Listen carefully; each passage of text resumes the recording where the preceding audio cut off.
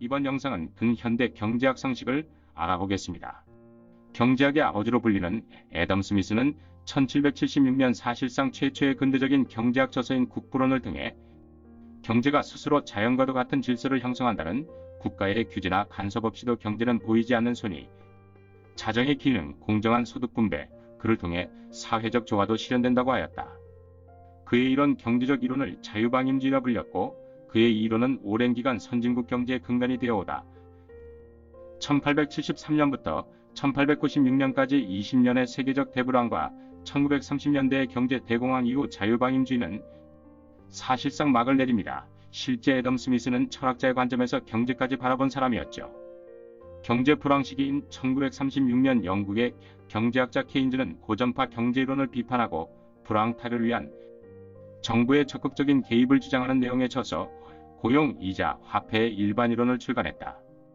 대공황을 극복하기 위한 대안으로 미국과 영국 등의 선진국은 케인즈 이론을 도입한 수정자본주의를 채택하였는데, 그의 주장은 정부가 시장에 적극적으로 개입하여 소득 평준화와 만전고용의 복지국가 지향이었습니다.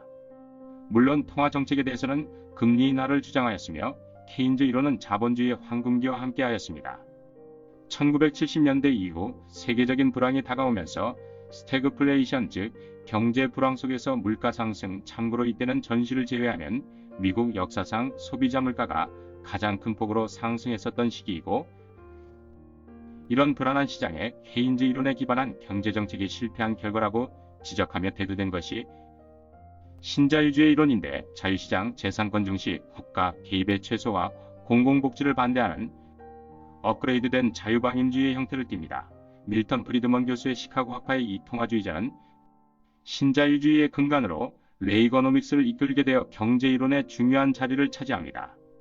70년대 스태그플레이션은 닉슨의 달러 금 청구를 폐쇄하는 태환 사태와 오일 쇼크 등의 영향이 컸던 부분이기에 케인즈 이론의 절대적 잘못을 지적하기엔 무리가 있다. 국민 만족도가 높은 국가들 순위의 상위는 여전히 케인즈 이론을 바탕에 두고 있기도 하다. 또한 신자유주의의 문제점이 대두된 것이 서브프라임 모기지 사태로 당시 국가의 적극적 개입과 재정 확대가 시행되었으므로 신자유주의 이론이 경제 패닉, 붕괴의 위기 상황에서는 정답이라고도 할 수 없다. 이와 같이 미국은 양쪽 이론을 도입하는 역사를 만들어왔고, 현재 미국은 신자유주의의 노선이지만 현 트럼프 대통령은 금리 인하를 요구하는 등의 개입을 행하는 묘한 형태이긴 합니다. 여기서 한 가지 주목할 부분은 케인즈 학파들은 금리 인하를 주장하고 통화주의자들은 금리 정책 이외의 부분은 시장 자유에 맡겨야 한다 라는 점에서 금리가 경제의 핵심이란 공통점을 가진다.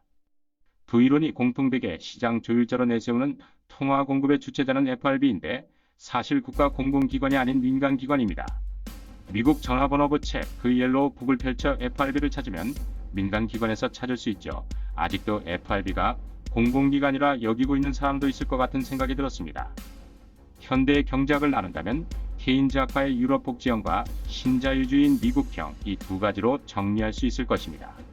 물론 자본주의 시장의 두 축을 설명드린 것입니다. 다 아는 상식이었습니다. 한번 정리해보았습니다. 다음 영상은 국제 투기자금, 하모니의 이동 역사와 현재라는 제목의 영상을 다뤄보겠습니다. 감사합니다.